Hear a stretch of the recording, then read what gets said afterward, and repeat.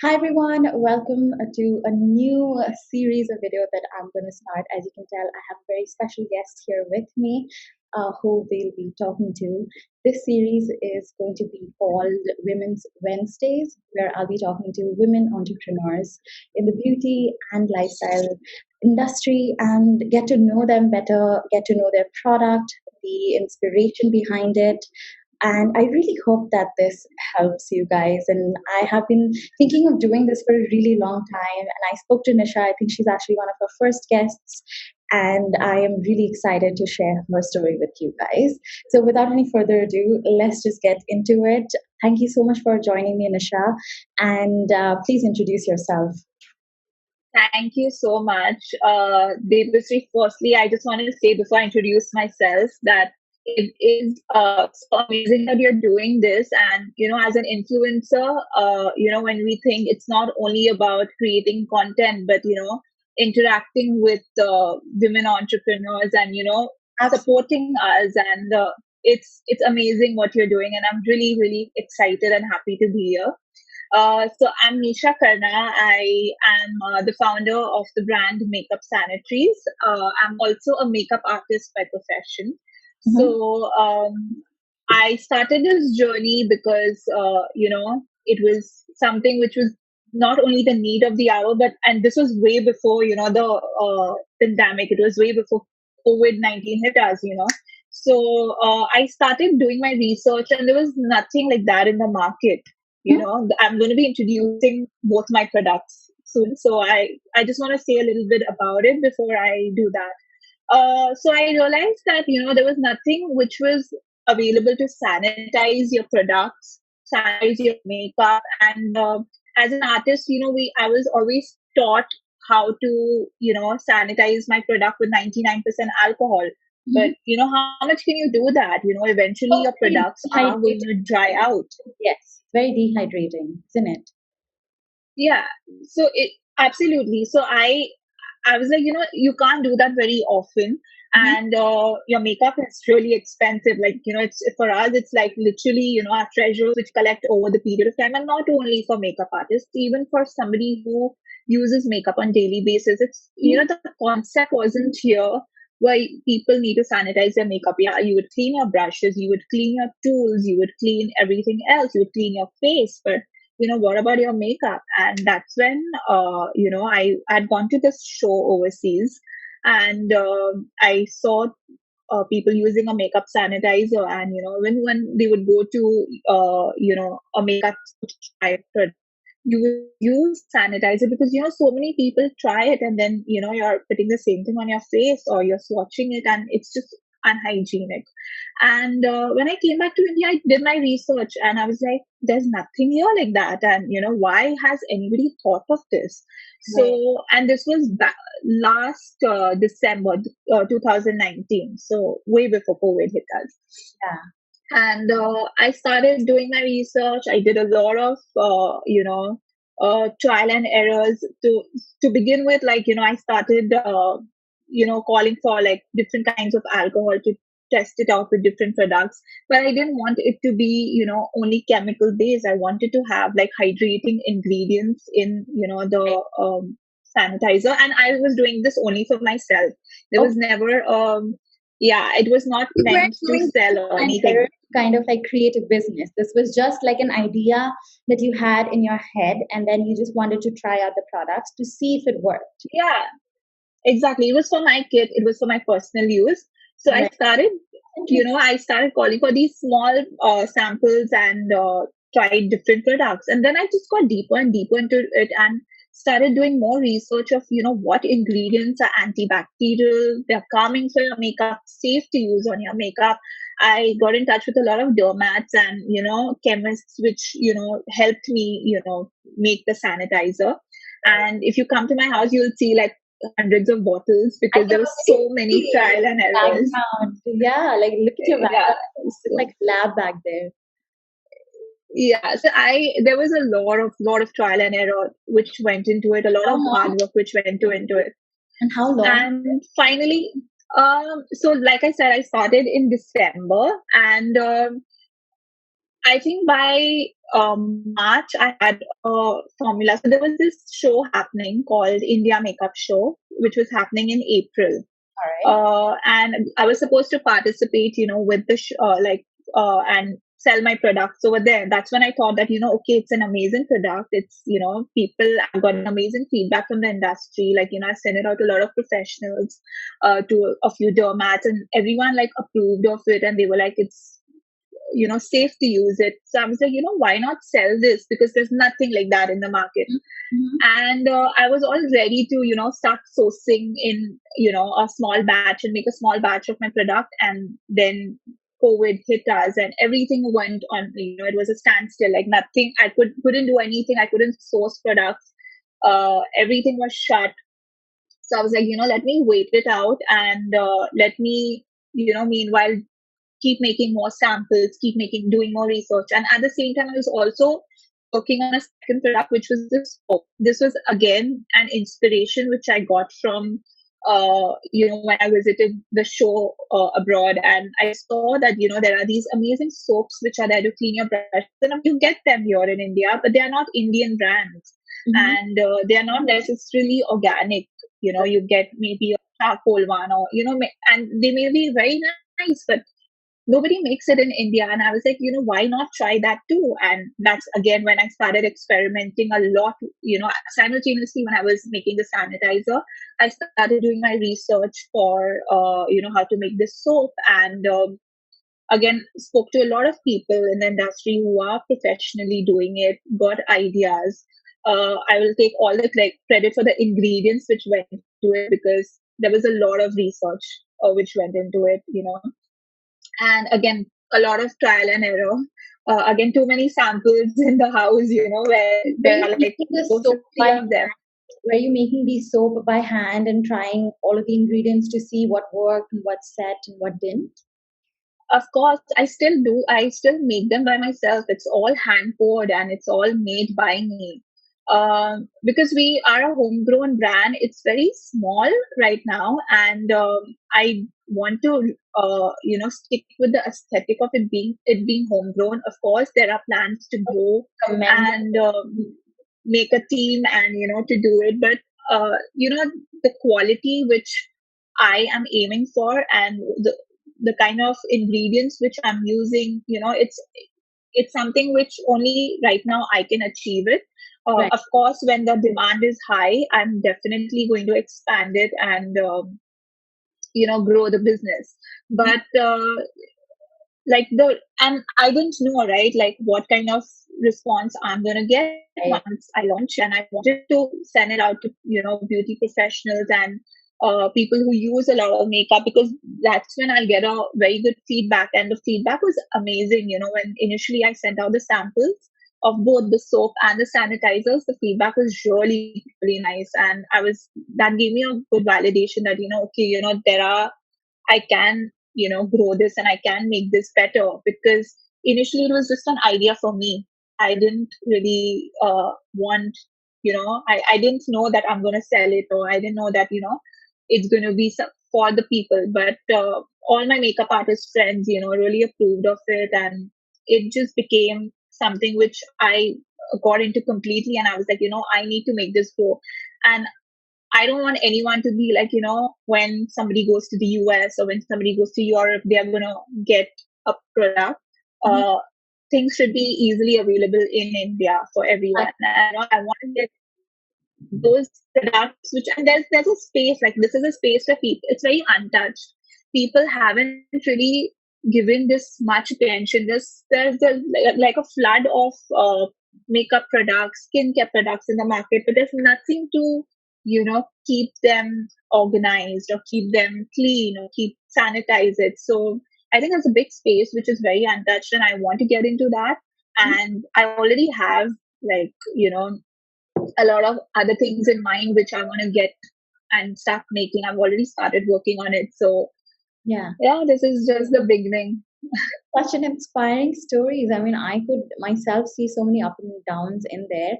Talking about how you sent across a lot of samples and products to people that use a lot of makeup, I think luckily one of them was me, and I got sent the product. And one of the first things that struck out to me was the packaging of it all. To be honest, like the color, the branding, everything actually is like I can see that it was very well thought out. I absolutely loved the amount of thought that you put out on the PR package and everything.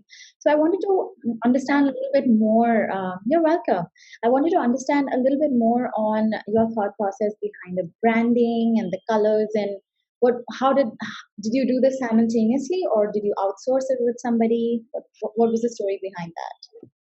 Okay, so there's again a lot of thought, time, work, thought process which went into the packaging. So a very dear friend of mine is a graphic designer, Okay. and she has previously, made my logos from my own brand and my for me as a makeup artist. So I asked her, let's start working on the packaging, and this was when my sampling stage was still going on because I knew that time I knew it that okay, I sent the samples out. That was like before I sent the PR packages, when I sent few samples to uh, beauty professionals in the industry who approved of the brand. That's when I could send it to you guys because I was very confident by then.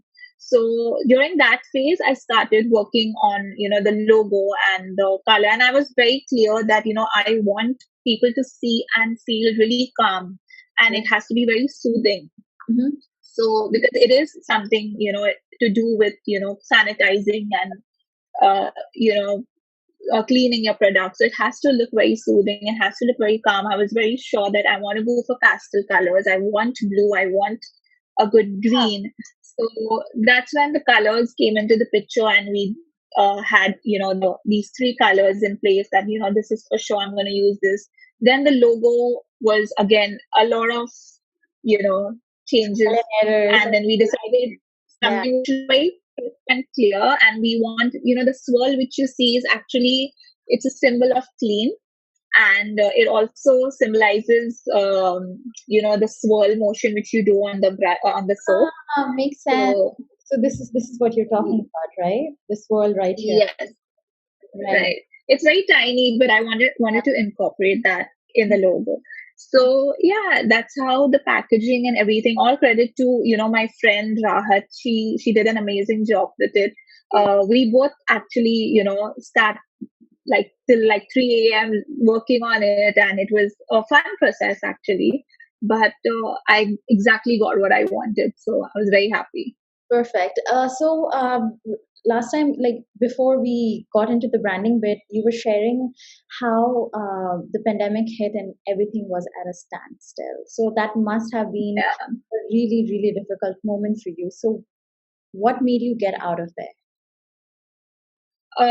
So the thing is, I wanted, like I said, I was supposed to launch it at a makeup show in like the India makeup show, and I had to call for all my raw materials because I source all my materials from this organic, uh, of the person who makes these organic ingredients, and they're not in Mumbai, and I they were shut, and everything just stopped. And if I was supposed to launch in April, like literally 20 days before that, when I'm trying to get my materials, if they said they can't send it because their place is shut, couriers are not working, the lockdown happened, and I was like, there's no way to even continue. I mean, start this right now because if I start promoting it, I won't have any stock on me. Even though I'm not participating in the show, I won't have anything to sell. So let me just take a break for like a month or two. And while that was happening, I still kept doing a lot of research, and we still kept working on our strategies, what next. So it was, when I say we, it's just me and my husband. He helped me a lot with uh, doing the like what can I do next, and getting my website ready simultaneously. So there were a lot of things which happened in the lockdown. I actually got to sit back and I changed a few things also, so which was actually good because I got, and I think, see, because I'm a homegrown brand and I'm not a chemist. I don't know how to make makeup products or anything like that. It's just me who experimented, succeeded, and got these products out in the market. So for me, I'm still learning, and any kind of feedback which comes from people, I take that, very strongly. So I did get a lot of feedback. Some said that, you could probably change this, or you could probably add this, and I took it seriously, and I was like, you know what, let me try. And then again, I did a little bit of changes in the soap, a few changes in the sanitizers, and in a way it was good because I'm more happy than the product which I was, back then. So Yeah. So as soon as the lockdown was lifted, Yeah. uh, so I was saying that as soon as the lockdown was lifted, I made sure that the raw materials reached me, and I started making a small batch to send PR. And as soon as that happened, simultaneously, like a lot of people, uh, I started getting a lot of inquiries that, we want to purchase this. This looks really promising, and there's nothing like that in India. And I believe I knew, I had a gut feeling that, no, it is going to work. People are going to, invest in it, and I didn't want to price it high again, because everything that you buy, which I'm selling, where if you go to buy again from abroad, it's very, very expensive, Right. and you're already spending so much on your makeup, So I wanted to keep a very good price point, because me as a makeup artist, I understand how much it takes to build a kit. Right. So that's when people started trusting it more, and And yeah, here we are now. Like, we're doing pretty well. yeah, like that's amazing. I know I went through, I was just asking, like, so then after the pandemic hit, so you changed your business model from selling at the exhibition to moving it entirely online. So is that how it is now? Like, do you sell it from your website, or do you sell it on Instagram? So I do sell it on Instagram right now. It's all based through, like, it's not, I can't call it an Instagram shop, but I take orders on Instagram and WhatsApp, because my website is still getting made, which will be ready in a few days. But the plan is to, of course, when things are okay, to participate in exhibitions and, create more awareness for the brand. Mhm. Also sell via different online portals. So that's the plan, and like, alongside with the two products which I've launched, I have plans of, launching other products too. So I will need a legit platform, to do that. So I'm still working on it, and it's work in progress. But once that's ready, then, I'll be ready with other products for, makeup artists and makeup lovers. Yeah, I'm very excited because you have been really teasing about these new products that you've been working on. So I'm very intrigued. And I'd love to know what those are.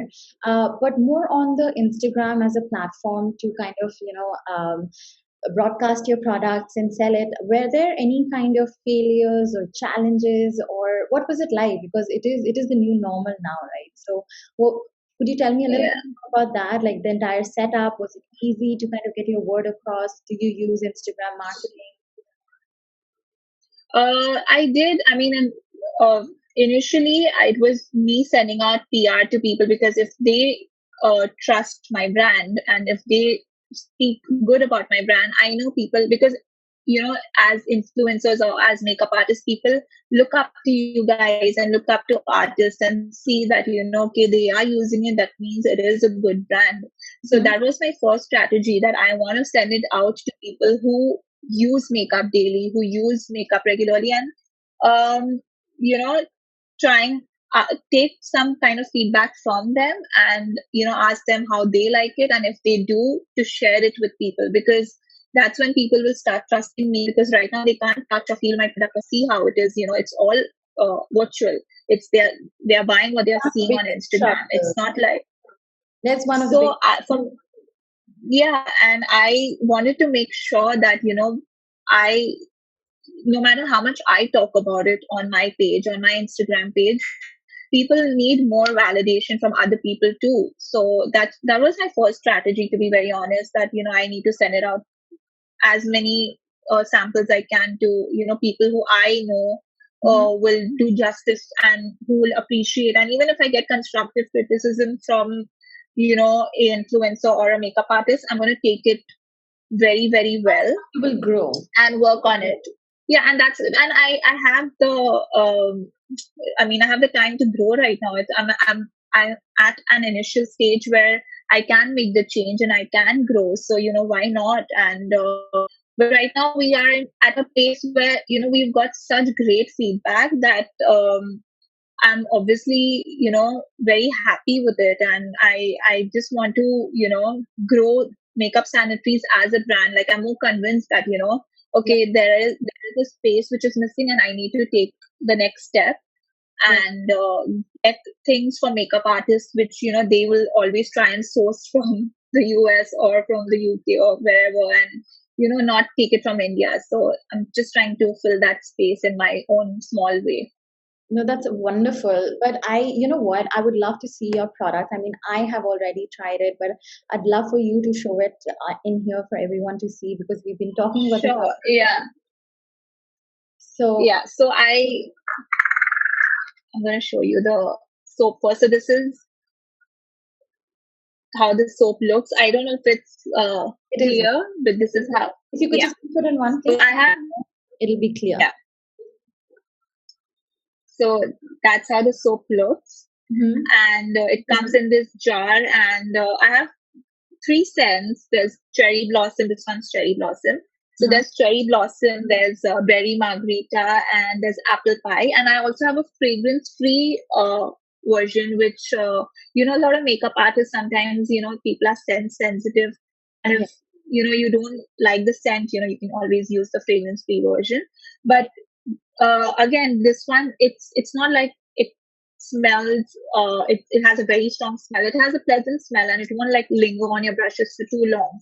But when you are and cleaning your brushes it needs to be very therapeutic. It really does. So I that know not yeah, and you do it so often, like we as makeup artists, where we go to work and we come back, and it's a task, to clean your brushes every day and pack it again. It needs to be fun, and that's why I wanted to incorporate these scents. So that's how it looks. I absolutely love this. Is And what got me mesmerized, to be honest. The entire swirly, untouched, and like the hints of pink and like a little bit of exfoliators in it. I just looked at the yeah, product and the smell and everything. It was just such a good experience for me in terms of like the it entire.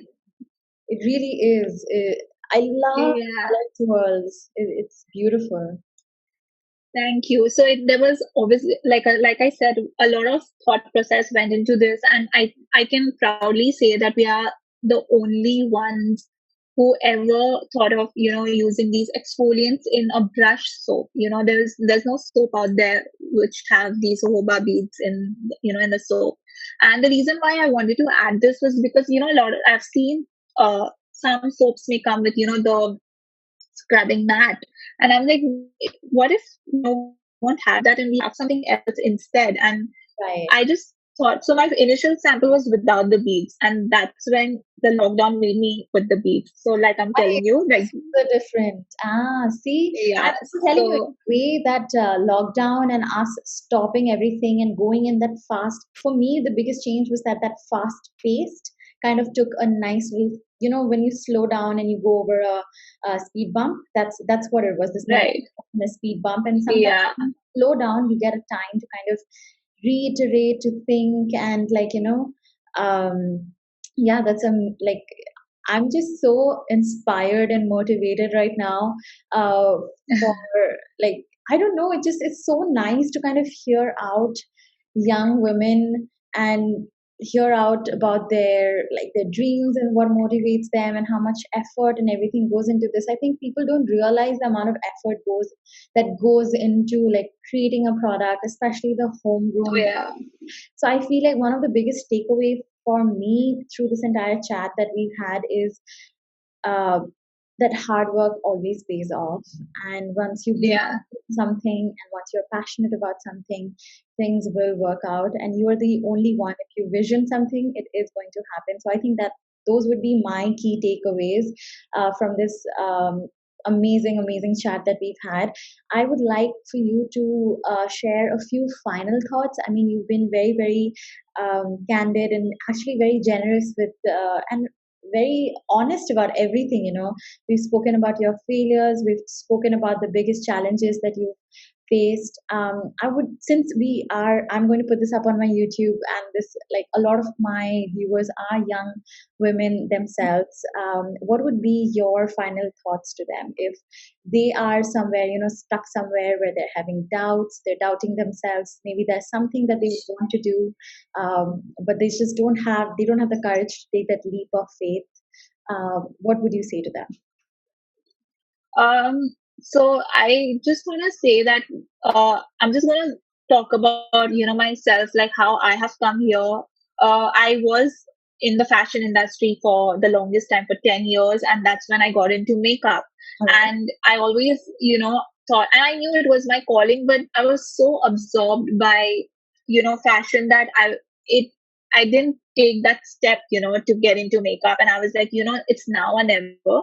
And I got into it, and it I knew it was my calling, and I started doing really well. And if you feel that there is something which you want to do, just do it. I mean, don't hesitate. Like, there'll always be some or the other way. The universe will help you to reach over there. And yeah, and then you'll succeed. And when it comes to starting a brand, and if you want to like make something, if you have an idea, execute it.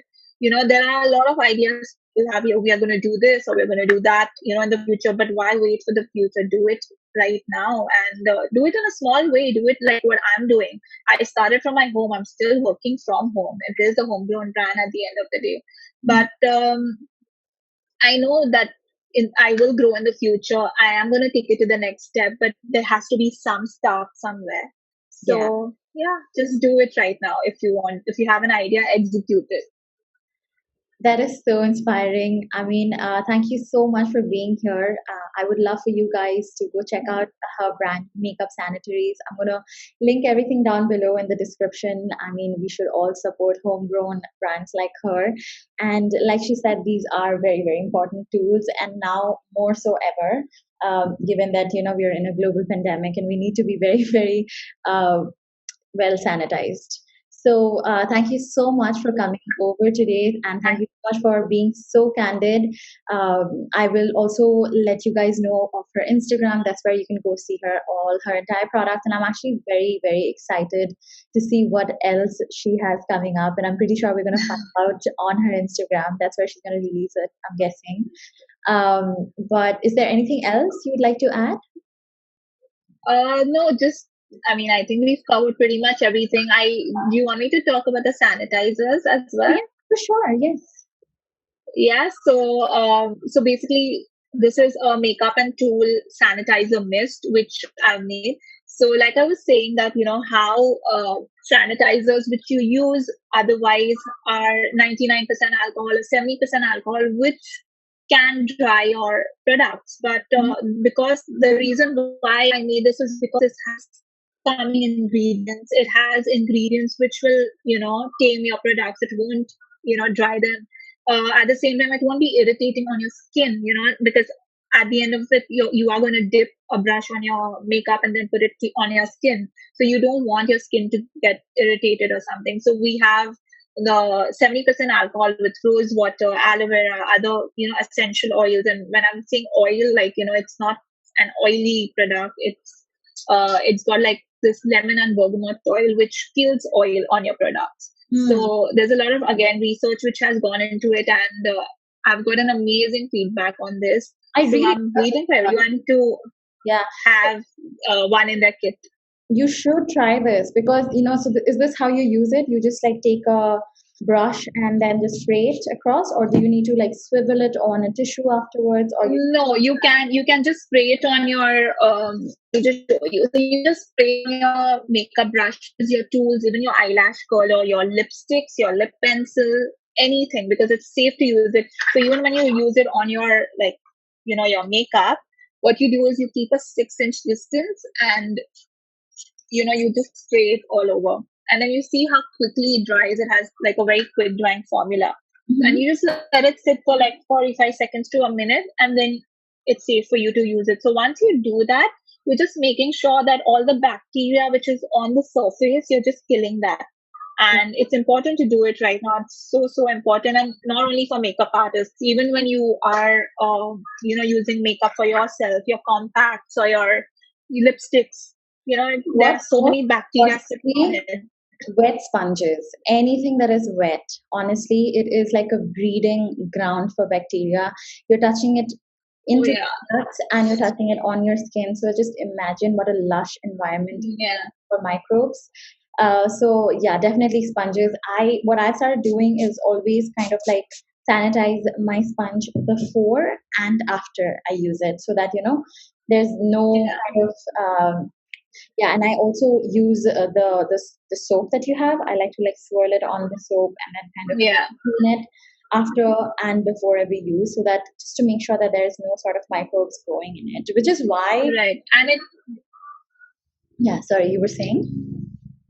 No, I'm just saying that, if you practice this regularly and daily, it's not only going to kill the germs, the bacteria, but it's going to increase the longevity of your products. And you've invested so much in them, so why not take care of it? The way you take care of, your skin, and you take care of everything else. Why not take care of your makeup products? And it's not just keeping it clean and cleaning it with a tissue paper or something. You have to like clean the product. Yeah. Is a small mission in a way, which I'm trying to bring it out there The to ensure awareness, clean beauty right? practices, but in an organic way. Yeah, Using clean products. Amazing. This was so yeah, insightful, and I cannot express how important it is to keep your tools clean. And I have like always like really screamed out loud saying that like clean this, clean that, especially with like powder puffs and those compact those cushions that come. People don't clean that oh for yeah. years. Just You toss it out. It's not like you shouldn't be using the same thing again and again on your face. You're bringing the sweat back, you're using that. So use a clean brush or use a new puff or clean your puff every time, because it's very unhygienic to use that with your compact. So also, one more thing yeah. I would like to kind of include, this is not a replacement to washing your brushes. Just saying, you can't just like just spray your brush and be done with that. You need to No, wash. you need to deep clean your brushes. Yeah. Yeah.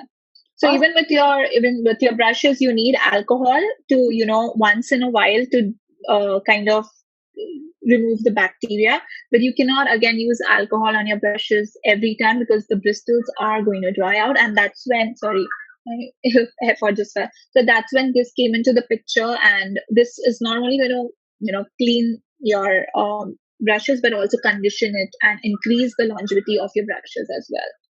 Yeah, and that is Yeah, the you can do that. ingredients in there are what are the key ingredients in that soap? So the key ingredients are, there are a lot of essential oils in it, Mhm. and we have a special conditioner which I have made personally with a lot of again research. It's an oat based conditioner with honey and aloe vera. So it's again very. I mean, you can use it on your hair. It's that organic. You can just I use it on my hair as well. So I've used the oats conditioner in it because that again helps to soften your brushes at the same time, remove all the gum from it.